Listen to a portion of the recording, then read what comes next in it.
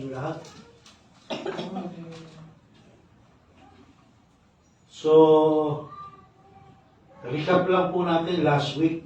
Yung share po natin last week. Natutunan po natin doon na dapat nating panghawakan yung katotohanan ng tunay na gospel. Kasi marami pong kumakalat ngayon na false gospel. So, ipinakita ni Pablo yung example na at ng mga taga-Galacia na pinahawakan nila yung tunay na gospel. Sa kabila ng mga threat ng pagpasok ng mga false gospel. Kailangan natin maging maingat pagdating dito. At isang magandang pananggalang dito ay yung pag-aaral ng Scripture. Kasi kung alam natin yung Scripture, hindi tayo makadadaya ng lumalaganap na false teachings. Today naman po ay titingnan natin, ang title po ng sermon is Extreme Measures, matinding mga hakbang.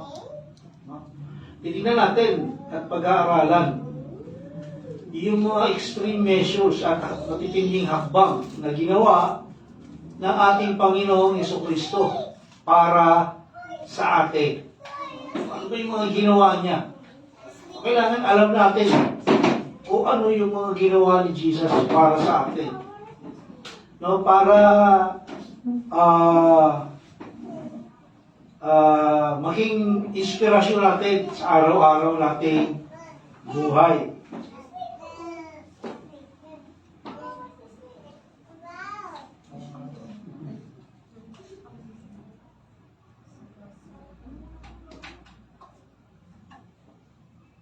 So yung text po natin is from Mark chapter 2, verse 1 to 12. No?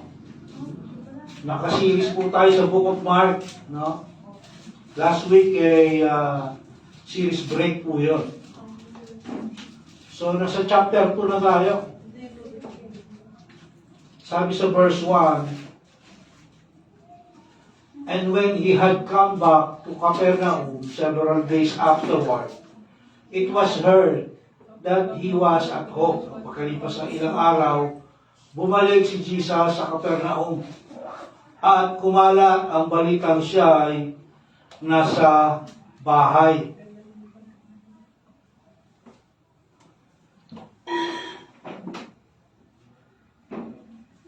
So, nasa bahay na si Jesus sa Capernaum.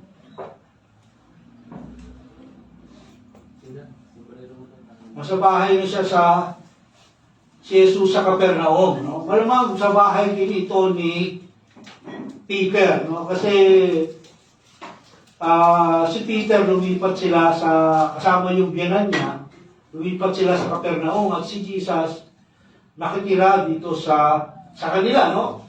Hindi ito malinaw sa Bible, pero yun ayon sa mga Bible scholar, si Jesus nakitira din kila Peter nung siya ay nag-start ng ministry niya. At makatanda natin, si Jesus ay taga Nazareth. No? Kaya nga, tinawag siya Jesus of Nazareth. And it was heard that he was home. So nalaman ng mga tao, nakauwi na siya. No, medyo popular na si Jesus, no? Kasi nababalita yung mga ginagawa niyang healing, no? Mga miracles, no? Nababalita na. Kaya medyo sikat na siya. At kapag nadinig ng mga taong nandyan siya, dinudumog talaga siya ng tao. Kagaya nito, nagpuntahan na naman sa bahay nila yung mga tao. Dinumog na naman siya.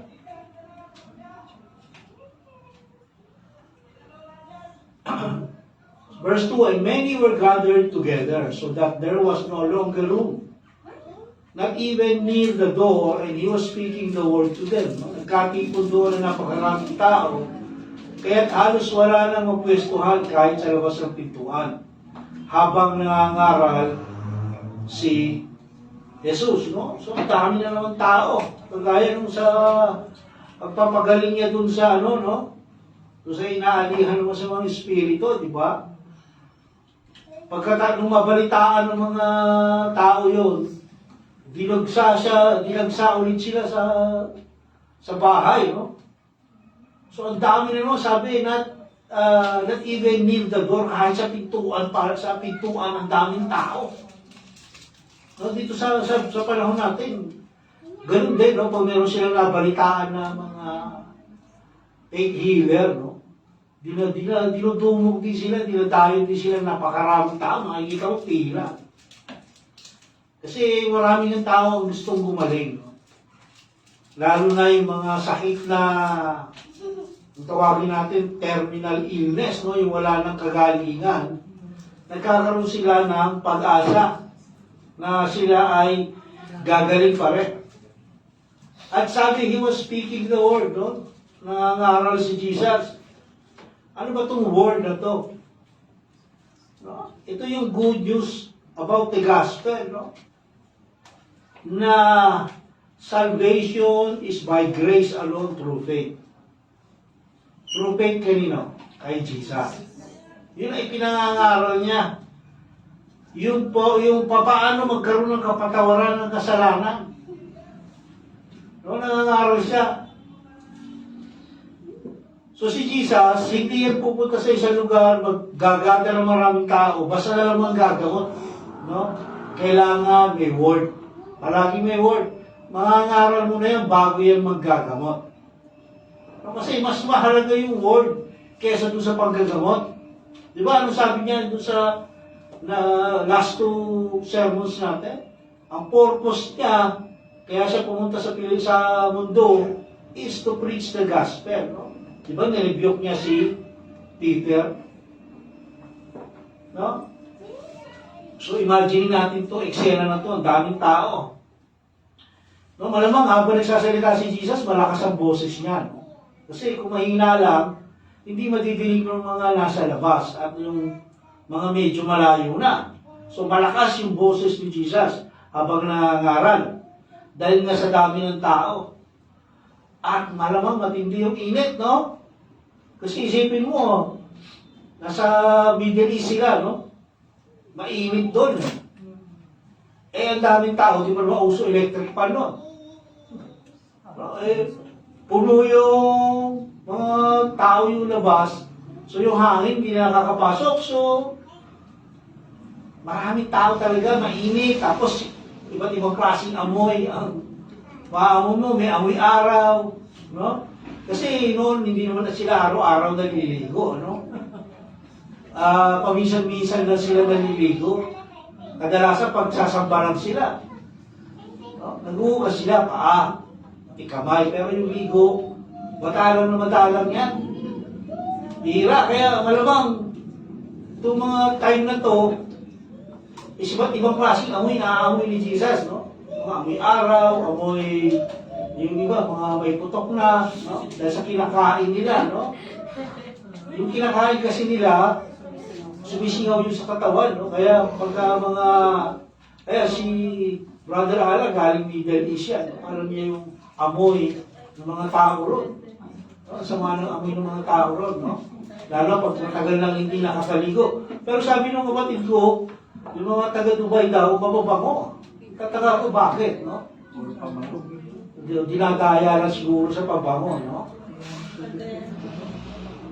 So makikita natin yung pagtitiis ni Jesus, no? Hindi niya, sa akin yan, di ba yan, baho naman, pwede ba, yung mga hindi pa naligo, maligo muna, bago kayo pumunta rito. Pero si Jesus, wala silang nadinig na gano'n. Okay lang, kahit amoy mo, amoy kambing ka, o amoy tupa ka, okay lang, no? Verse 3, and they came bringing to him a paralytic carried by 4 men. No? May dumating na 4 na taong may dalang isang paralitiko. So, ibig sabihin, severe yung pagiging paralitiko nito. Kasi, 4 yung may dala sa kanya. No? Kasi kung ito yung simpleng sakit, simpleng paralitiko lang, At least mga dalawa lang, no? Sabihin, hindi ito makabangon.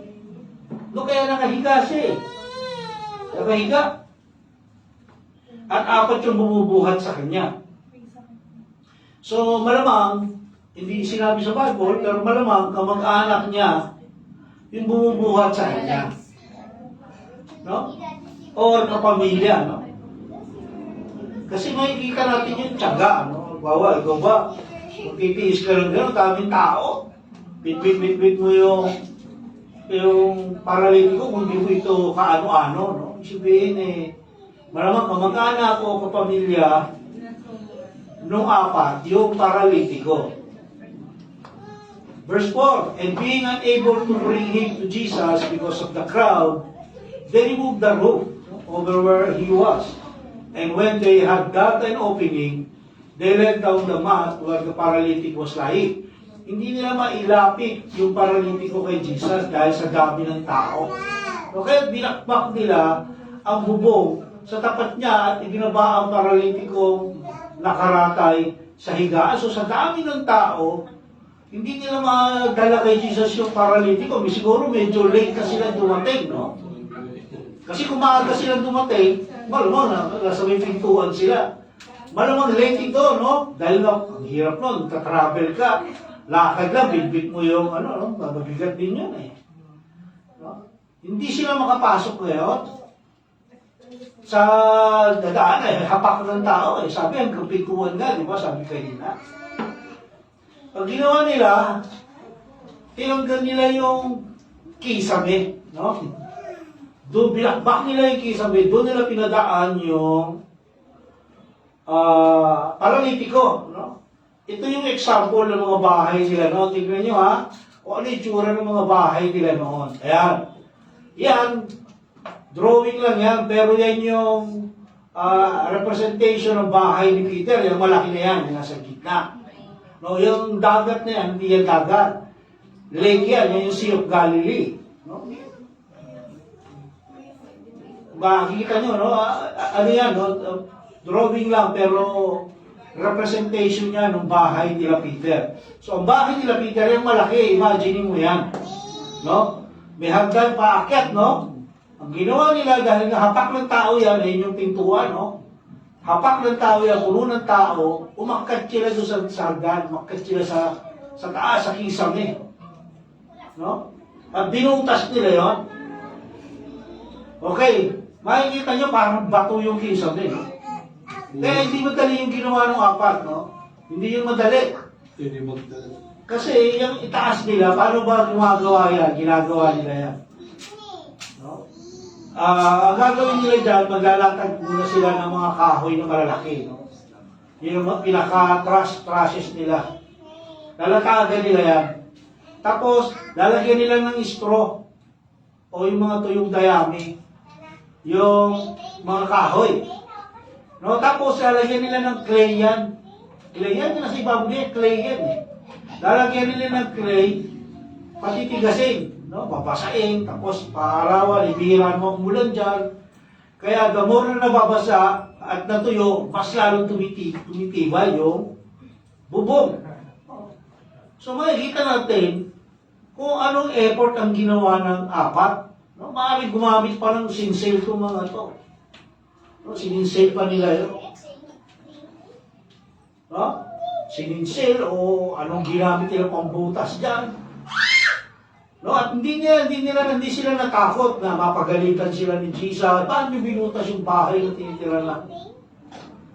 No, kasi sigurado kailangan ibalik yun, no? So, sa madalit salita, matindi yung effort na ginawa nila para lang maibaba kay Jesus yung paralitiko. No, extreme measure. Extreme din o matinding hakbang yung ginawa nila. Ano resulta? No, sabi sa verse 5, and Jesus, seeing their faith, said to the paralytic, child, your sins are forgiven. Nang makita ni Jesus kung gaano kalaki ang kanilang pananampalataya, sinabi niya sa paralitiko, anak, pinatawad ka ang mga kasalanan mo.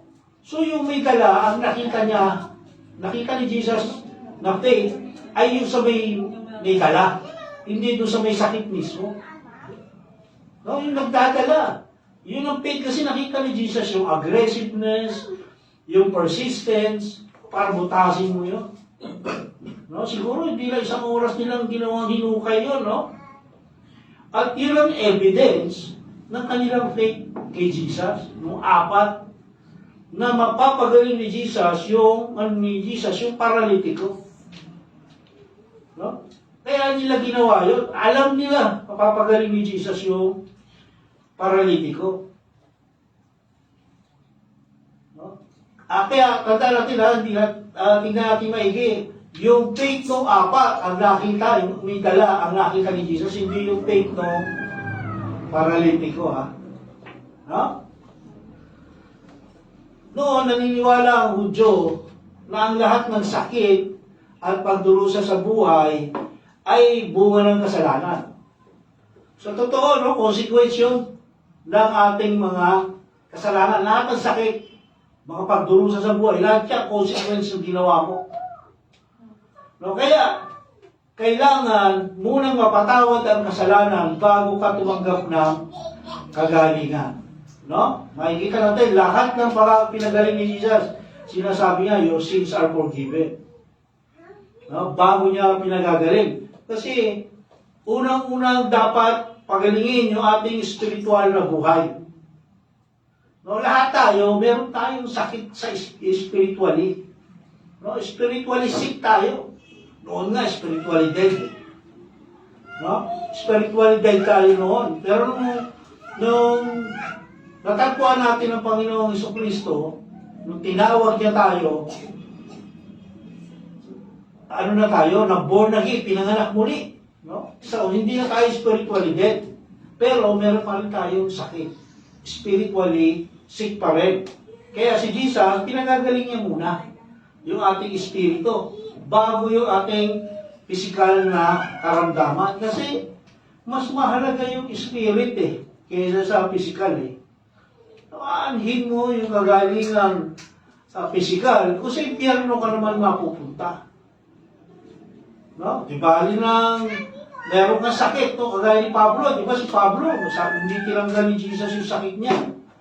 At least sa langit siya pupunta. No? Bali wala yung sakit na physical, no?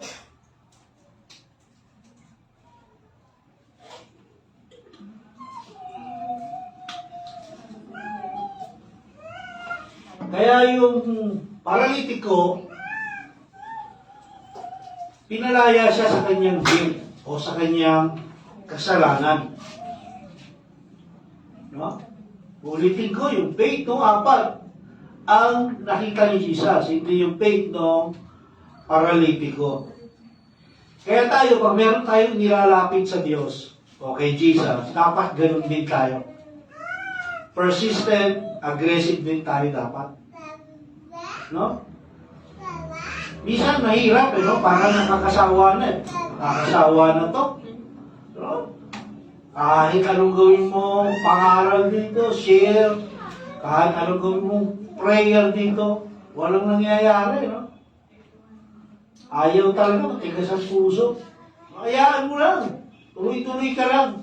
Gaya ng ginawa nitong apat na to. Dito ang apat na to, hindi sinabi na, naku, wala tayong, hindi tayo makadaan, balikan tayo. Hindi, no? Umiisip talaga sila ng paraan.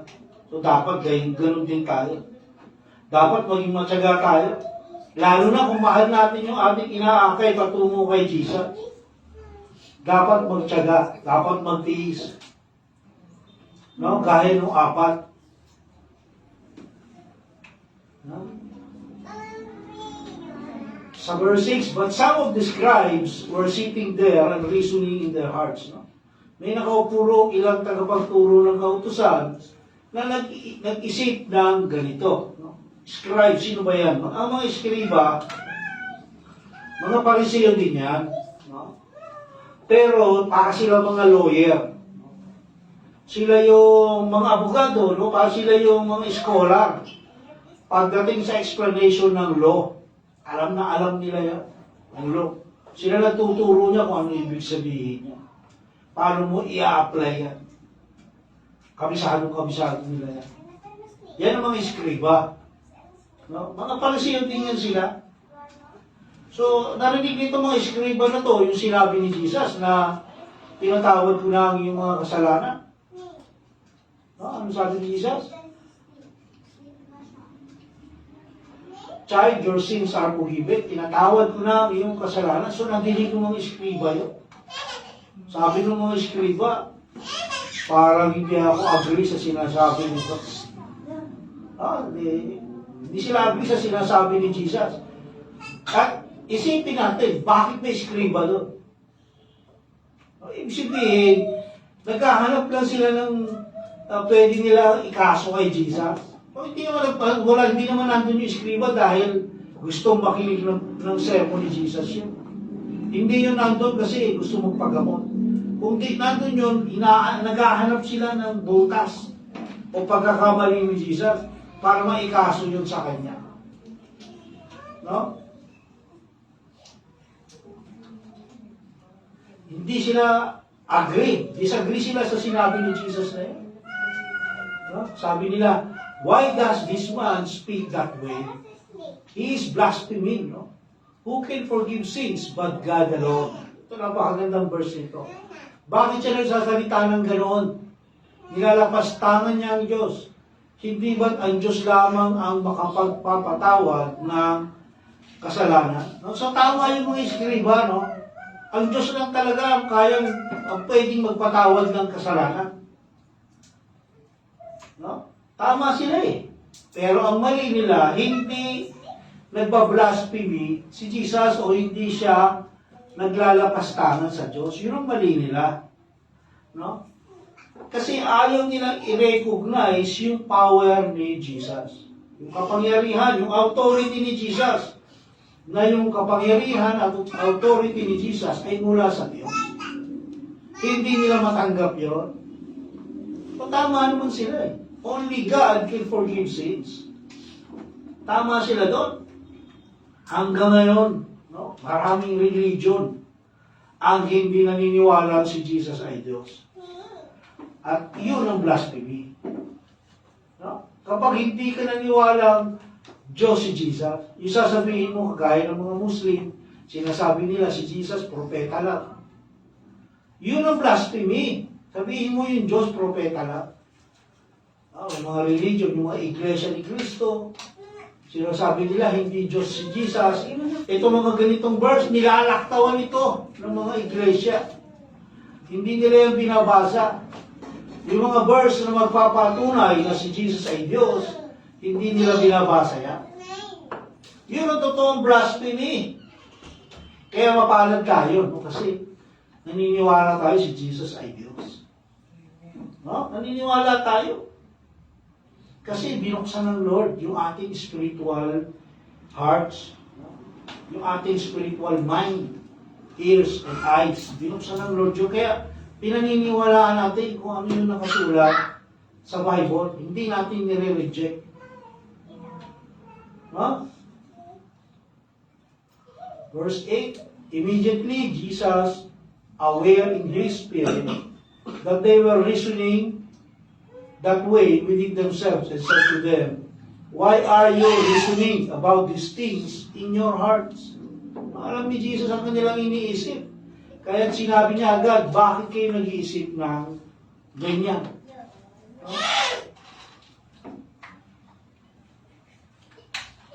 Okay, dito pa lang, anong matututunan natin dito? Na si Jesus ay Diyos. Kasi kung hindi si Diyos si Jesus, hindi niya malalaman yung iniisip ng mga tao. No? Meron bang tao na kayang alamin kung ano yung iniisip ng kapwa niya? Kahit si Satan, hindi kayang gawin yun. No, Diyos lang ang nakakagawa nun. Ang tawag doon, omniscient. No? Kaya yung sinasabi nito, in His Spirit, hindi Holy Spirit yun. Kasi makikita mo, yung Spirit dito, small letter lang. Kung Holy Spirit yan, capital letter dapat. Yung sinasabing in His Spirit dito, yung omniscient mind ni Jesus. No? Omniscient siya, alam niya yung iniisip ng mga tao. No? nandito pala, pinakikita na ni Jesus na siya ay Diyos. Meron bang taong omniscient? Wala. Walang taong omniscient. Diyos lang ang nakakaalam ng lahat. Kaya tayo, iniisip pa lang natin, alam na ng Diyos yan. No? Iniisip pa lang natin, alam na ng Diyos yan. Kung ano yan, kaya wala tayong maililihip sa Diyos eh. Sa totoo lang, wala tayong maililihip sa Diyos. Alam ng Diyos kung ano laman ng heart natin. Alam ng Diyos kung tayo nagpapaka-hypocrite lang. No? Alam niya yan. Hindi natin tao, pwede natin dayain. No? Pwede mo itago yung katotohanan sa tao, pero sa Diyos hindi mo pwede itago yung katotohanan. Kitang-kita niya yan. Alam na alam ng Diyos ang ating puso. No? Verse 9, which is easier to say to the paralytic, your sins are forgiven, or to say, get up and pick your mat and walk? No? Alin ba ang mas madali? Ang sabihin sa paralitiko, pinapatawad na ang mga kasalanan mo, o ang sabihin, tumayo ka, bitbitin mo ang iyong higaan, at lumakad ka. No? So, kung titingin mo, ang sagot dito, mas madali yung sabihin, yung pinapatawad na yung mga kasalanan. Madaling sabihin. Kasi yun ang tinatanong ni Jesus dito. Mas mahirap yung sabihin yung tumayo ka, bitbitin mo ang higa at lumakad ka. Kasi meron yung healing na kasama. No? Sabihin, visually, audibly and visually, mas madaling sabihin yung pinatawad ka ang iyong mga kasalanan. So that is power to forgive sins. Kesa palakarin niyo ang paralitiko. No? To demonstrate the power of healing.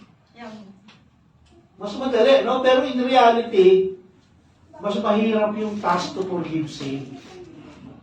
Mas mahirap yun. Kasi nga, Diyos lang ang nakakagawa nun. At merong required na sacrifice. No? Anong sacrifice? Si Jesus kailangan mamatay sa krus. Isipin mo yung requirements niyo. Yun yung sinasabi ni Jesus dito sa mga iskriba. No? Na sinasabi niya, mahirap yung sinasabi ko na ang kasalanan mo ay pinatawad na kasi magsasacrifice ako para sa kasalanan niyo. No? Kesa po, patayuin ko yung lumpo na yan, palakarin pa uwiin sa kanila. Mas mahirap yung gagawin ko. Yun ang sinasabi ni Jesus sa kanila dito. Dahil hindi nyo lang alam sa sacrifice ko ang aking buhay. No, ibibigay ko ang buhay ko para patawarin yung kasalanan niya. Yung kasalanan yung lahat. No? Kaya nga extreme measure yung ating title. Extreme yung ginawa ni Jesus para sa atin. No? Para magkaroon tayo ng genuine or authentic forgiveness. No? Minsan kasi nalilimutan natin yun, no? Sa araw-araw nating buhay. Nalilimutan natin ano bang ginawa ni Jesus sa aking mga kasalanan.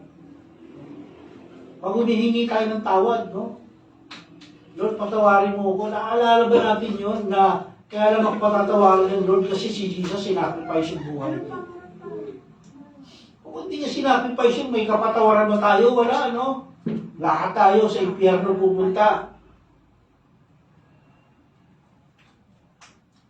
And verse 10, but so that you may know that the Son of Man has authority on earth to forgive sins, he said to the paralytic. No? Ngunit, upang malaman ninyo na ang anak ng tao di kapangyarihan magpatawad ng mga kasalanan dito sa lupa. Sinabi niya sa paralitiko. So pinapatunayan ni Jesus yung claim niya tungkol sa kanyang authority to forgive sins. Na meron ako authority, sinasabi niya, na patawarin ang kasalanan ng tao ito at pagalingin ito. No, ginamit niya yung word na Son of Man, anak ng tao. No, yung Son of Man, 93 times natin makikita sa book of Ezekiel. Sabihin, naka-prophecy ito. Ito ay connected sa prophecy on the expectation of the Messiah. Yung prophecy ng pagdating ng Messiah, binabanggit ito, Son of Man. No? So, ang ibig sabihin, sinasabi sa kanila ni Jesus na yung God-man na iniintay nila, ako yun. No? Yun ang sinasabi ni Jesus sa kanila. Kasi ito, yung mga eskriba, alam nila yung kautusan eh. Yung scripture, alam nila. Yung Torah, alam nila lahat. Yung Old Testament, kabisado nila. So, ginamit ni Jesus yung word na Son of Man. No? Para masabi, para maiisip ng mga eskriba, siya yung Messiah na inaantay nyo, ako yun. No? Yung inaantay nyo. Pero hindi sila naniwala. No? Yung unbelief pa lang itong mga tao na ito, lalo na yung mga eskriba at mga pariseo, isang malaking kahihiyan na kay Jesus. Humiliation. Kahihiyan na yun. Ano pa, what more yung dadanasin niya? No? Sa tradition ko, customs and tradition nila, kapag ay pinako ka sa puno, no, yung kahoy, matinding kahihiyan yun. No? Actually, kung panonoorin natin yung mga stories tungkol kay Jesus sa TV, no, nakikita natin parang nakabahag pa siya. No? Pero ang katotohanan nun, sabi ng mga Bible scholar, hubad-hubad daw talaga yun. Kaya nakakahiya talaga. So isipin natin, tignan natin, i-recall natin, yung kahihiyang inabot ni Jesus. No? Nagmi-ministry pa lang siya, na hinihiya na siya ng mga tao. No, sabihin na, yung power mo galing sa demonyo. Yung blasphemy to the Holy Spirit, yun yung kasalanan walang kapatawaran. No, doon pa lang, di ba? Eh kung sa tao gagawin yun, tapos may power ka, baka on the spot, patay yung tao na yun eh. No, pero, mahal ng Diyos ang tao. No? So, sabi nga ng Bible, long-suffering ng Diyos. Matiisin, no? Tinitiis niya yung mga gano'n. No, kasi kung tao lang yun, lalo na ako siguro, tapos sabihan mo ako na gano'n, ay baka sa kinatatayo mo, lumubog ka rin. No, hindi lang yun, makikita mo yun, napakarami nagkaalat na yun. Yung iba sinusunog yung Bible, sabi walang Diyos, hail Satan, si Satanas yung sinasamba. Diba? So, ang Diyos nagtitiis lang. Sabi ng Bible, nagtitiis lang ako. No, si Jesus nga, noong mga time na to, gusto niya lang, ano sabi niya? Gusto niya na sanang pakawalan yung wrath, yung galit ng Diyos, pero hindi pa nga panahon. No, kasi nga, nakita niya yung nakasama niya, nakahalubilo niya yung tao eh. No? Nakahalubilo niya, nakita niya kung gaano kasama ang tao. Kaya nga yung ginawa ni Jesus, extreme. Okay? Kaya extreme. Matindi talaga. No? Kaya, kumisa nakakalungkot. No? Kasi kumisa kahit mga believer, no? Hindi nila, minsan nalilimutan nila yun, no? Yung extreme na ginawa ni Jesus. Para sila ay magkaroon ng kaligtasan. Nakakalimutan nila. No? Yung tawag dito, mas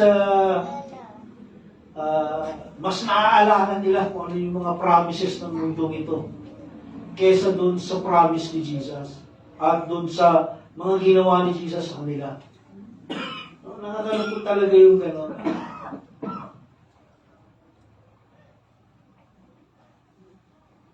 Nagiging priority nila kung ano yung gusto nila. Ito gusto ko, ito unahin ko. Saka na si Lord, pag may extra time ako, mabigat. No? Saka na si Lord pag may extra time ako. No? Kaya kung ganun din kaya sabihin ng Lord sa atin, saka na kita iligtas pag mayroon akong time. No? Minsan, hindi natin naaalala yun eh. Kasi nga, nakahugalian ng tao yung celebration once a year lang eh. No? Yung Holy Week, once a year lang, pagkagaya niya sa April. Doon lang natin maalala yun. Doon lang tayo, kawa tayo kay Jesus. No? Pero pagkatapos ng Holy Week na, baliwala lang naman. Yung, kung ano yung ginawa ni Jesus, makakalimutan lang naman ng tao. Pero yung kapanganakan niya, yung pagkakatawang tao niya, naalala lang natin pag December. Pagpasok January, wala na. Chinese New Year. Yun na nasa isip natin, Chinese New Year. February, Valentine's Day. March, swimming. Wala na si Jesus. Wala na yung mga ginawa ni Jesus. Nakalimutan na. Kasi nga, celebration natin once a year. No, dapat yung araw-araw natin iniisip. Pag humingi ka na sa patawaran, isipin mo. Pinatawad na yung kasalanan mo. Bakit? Kasi namatay si Jesus sa krus. Imbes na ikaw. Hinagupit siya ng ilang gaano karami na napupunit yung balat niya sa likod. Imbes dapat tayo. No? Tapos anong demand? Anong demand ni Jesus? Wala, ano? Makipag-fellowship ka lang. Yun lang ang demand ni Jesus. Paano kaya kung sabihin, ikaw na pumalit dito? Habang hinahagupit sa ayoko, hindi ko na kaya. Dito ka na, ikaw. Ikaw dapat dito eh. No? Kaya yung Passion of Christ, maganda yung gusto kong nire-recommend ko talagang panoorin yun. Kasi makikita mo talaga totoong hirap na dinanas ni Jesus eh. Yung ibang mga palabas, wala quiet tayo. No? Parang ano eh. Pero Passion of Christ, pag pinanood, makita mo talaga yung hirap talaga. Verse 11, na lang, I say to you, no? Get up, pick up your mat, and go to your home. No? Tinatawad na ni Jesus yung paralitiko, pinagaling niya pa. No? Paano karamdaman ng paralitiko? Nakahiga. No? Nakabangon, sipin mo yan. Yan yung tunay na miracle. No? Lahat ng kasalanan niya, paid in full. No? Sabi ni Jesus, paid in full lahat kasalanan mo, tumayo ka riyan. Magbabayaran ko lahat yan pagdating ko sa krus. Bayad na yan. No? Sabi ng God the Father, okay, sige, tayo ka na. Paid in full na mga kasalanan. Wala ka na utang kahit 5. No? Ganun nangyari sa atin, paid in full. Nung manampalataya tayo kay Jesus, paid in full ka na. No, lahat ng kasalanan mo. Nabasa ko sa meron akong napanood sa hindi siya naniniwala sa sa once saved, always saved. No? Sabi niya, hindi ganito yan. Pinaliwanag niya pa. Once saved, always saved. Sabi niya, kung talaga magbabago ka, hindi mawawala yung kasalanan mo. Okay. Pero kung hindi ka magbabago, mawawala yung salvation mo. So, depende sa'yo kung mawawala o hindi yung salvation mo. Sabi nga ni Jesus, pati future sins mo, pinatawad na eh. Binayaran ko niya, paid in full nga. Wala ka lang utang. Lahat ng gagastusin mo, bayad na. No? All expenses paid. Parang ka nag-trip sa Hong Kong Disneyland, all expenses paid. Gagawin mo pala ng kasalanan, bayad na. But dahil hindi naman pwedeng katagawa natin kasalanan, balik si Jesus sa cross, pako. Gagawa ulit tayo kasalanan, balik si Jesus sa cross, pako ulit. One time, big time, no? Isa lang, tanggap na ng Diyos yun. No? Hindi ko nga tinis, nagkomento ako doon sa ano na yun, sa post na yun, no? Sabi ko, ang once saved, always saved, ganito, kapag ikaw ay na-born again o naligtas, dapat may transformation. may pagbabago. Pag hindi ka nagbago, ibig sabihin hindi ka na-save. Ganun lang yun. At kapag na-save ka, habang buhay na yun, hindi yun mawawala yung salvation. Kasi hindi naman natin tinanggap yun dahil sa ating ginawa. Paano mawawala yun dahil sa ginawa mo? Grace nga eh. No? Kaya gaya ng ginawa ni Jesus dito sa taong ito, lahat ng kasalanan niya, bayad na. No? Tulad dati. Verse 12, and last verse na, and he got up and immediately picked up the mat and went out before everyone, so that they were all amazed and were glorifying God, saying, we have never seen anything like this. No? Yung ang paralitiko, kaagad nitong binuhat ang kanyang higaan. No? Tataka tayo, no? Kahit yung sa Pool of Bethesda ba yun, no? Yung kinagaling niya, binuhat din mo yung higaan. Yun yung kinakaso sa kanya. Bakit binuhat yung higaan eh? No? Binuhat na kanya higaan, malis, habang lahat naman ay ang naroon ay namangha. So hayagan na yung ginagawa ni Jesus, no? Siguro, sabi niya, time na, kailangan ko na ipakita yung aking authority and power sa mga tao.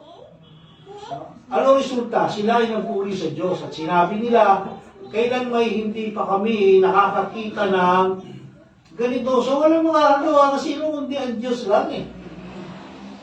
No? Ang Diyos lang. Ang panahon ni Moises, doon nagpapakita siya ng mga kababalaghan kay Paraon, merong gumagaya, pero fake, di ba? Nabuko nga, pinapatay nga ni Paraon yun eh. No, wala. Pagka miracle is miracle. So nakita lahat ng tao ang pangyayari. Pinatunayan ni Jesus yung claims niya. That I am the Messiah. I am the Son of God. I have the authority to forgive sins. No, kasi kung wala, no, nakita ng mga iskriba, totoo yung sinabi ni Jesus. Kasi paano nakalakad yun? Kung hindi pinatawad ang kasalanan. No, kaya nakalakad yun kasi napatawad yung kasalanan. Kasi anong katuyan ng mga iskriba, hindi pa rin sila naniwala. Yung sabi nila, si Satan ang nagpapagaling. Pero yung crowd, ano response? No? Naniwala sila na yung kiniklaim ni Jesus, yung sinasabi ni Jesus ay totoo. Naniwala sila. Napatunayan eh. Oh. Bago nga tayo. No? Ay, yung ibang makikita natin ngayon, nagkiklaim na sila raw ay mga apostol. No? Makikita mo, apostle, ganun yung pangalan. Apostle. Prophet. No? Diba? Prophet naman. Prophet, apostle. Magpapagaling ko, no? Pagagalingin, tutumba pa. No? Pero yung sakit nandun pa rin. So fake, di ba? Si Jesus, pinatunayan niya siya ay totoo. Genuine. No? So ang resulta, nag-iba yung pananaw ng mga tao. Glorify nila yung Diyos. No? Glorify nila yung Diyos. Kasi yung truth, yung katotohanan na nagbibigay ng glory sa Diyos yun. Maraming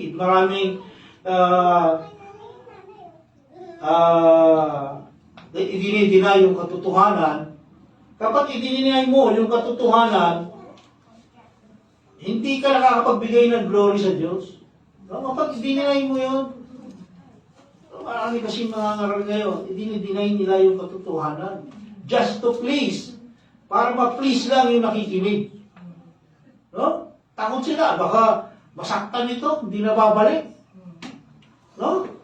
Dinideny nila yung katotohanan, hindi nila sinasabi yung katotohanan, kasi takot sila na hindi na babalik yung nakikinig. Nakakalungkot. So wala, hindi pagkagano, hindi nag-glorify ang Diyos. Hindi nabibigyan ng glory ang Diyos. No? Yung iba, partial truth. No? Yung ginagamit. 50% truth, 50% false. No? Yung 50% false, pamiliti yun. No? pangiliti para bumalik. Ang gusto ko dito. Kasi yung sinasabi ng pastor, ang sarap pakinggan. No? Kaya nangyayari, ang bilis lumago. No? Nagiging mega church. Kasi ang sarap pakinggan yung sinasabi ng mga pastor. Walang yung katotohanan 50% lang. Yung katotohanan false na. Yan ang gusto ng mga tao, yung false eh. Kasi masarap sa tenga.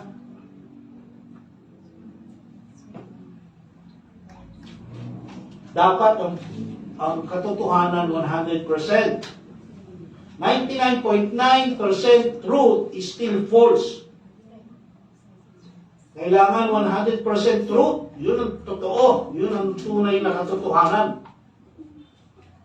No, ang Bible, 100% truth ito. Hindi ito 99, 98, 99.9. Kasi kung ito ay merong false, hindi natin ito dapat paniwalaan. No? So makikita natin sa ating pagtatapos, God loves us so much that He took extreme measures to provide an opportunity for healing for each one of us. Mahal na mahal tayo ng Diyos, kung kaya gumawa siya ng matinding mga hakbang upang magbigay ng pagkakataong gumaling ang bawat isa sa atin. No? Higyan niya tayo ng pagkakataon na gumaling. Gumaling yan. Saan? Spiritual, ha? Yung sinasabing healing dito, spiritual healing.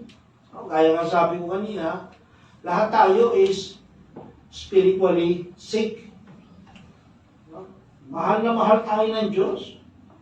Sipin mo, isugo niya yung kanyang bugtong na anak, ang ating Panginoong Jesucristo, upang tayo pagalingin spiritually.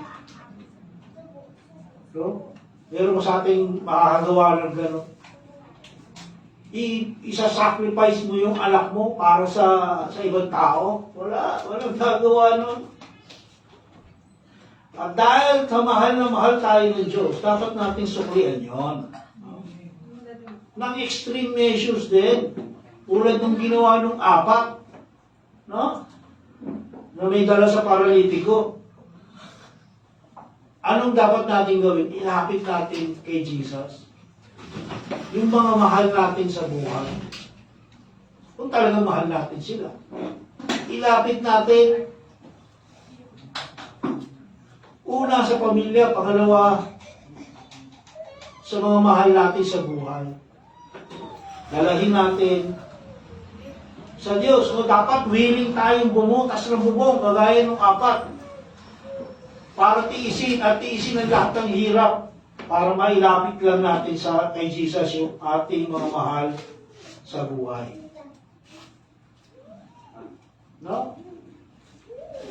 Nung isang araw, Friday, habang kumakain kami ni Grace, tumugtog yung favorite song ng kapatid ko, yung namatay. Si Grace umiyak. Ako parang rin ako. Sabi ko, naalala ko yung kapatid ko. No? Ako'y nagsisisi kasi hindi ko ginawa ito sa kanya. Hindi. Kasi hindi ako nakakasiguro kung nasan siya ngayon eh.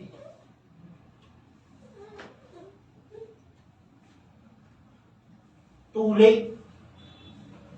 Sabi ko, bakit gano'n? Siguro, kung naging pastor ako, bago siya namatay, baka nasama ko rito sa church eh.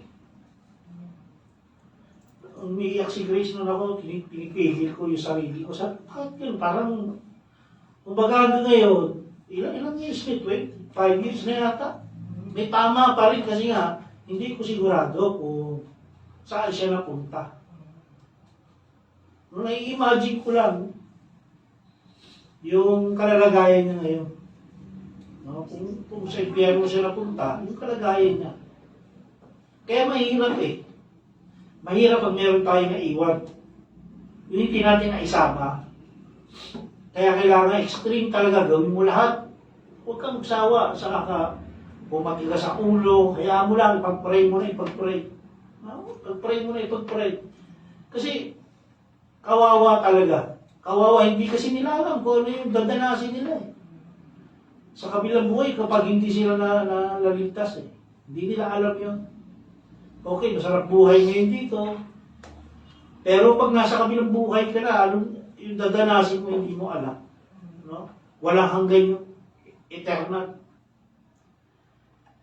Kaya nga, dapat, mag-ano talaga tayo, no? Gumawa kayo ng hakbang. No? Gayahin natin yung apat na yun. No? Isipin mo yung apat na yun, yung ginawa, binutas yung bubong. So, dapat ganun din tayo. Huwag natin titigilan yan sila. Kawawa yan sila. Sige lang. Pag-pray mo lang. Huwag ka magsasawang mag-share sa kanila.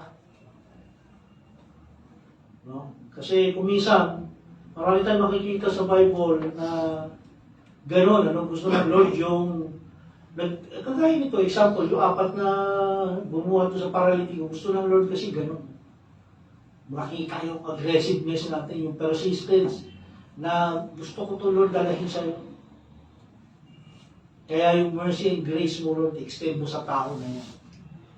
Na sila'y malikas din para makasama namin sila sa langit. Okay?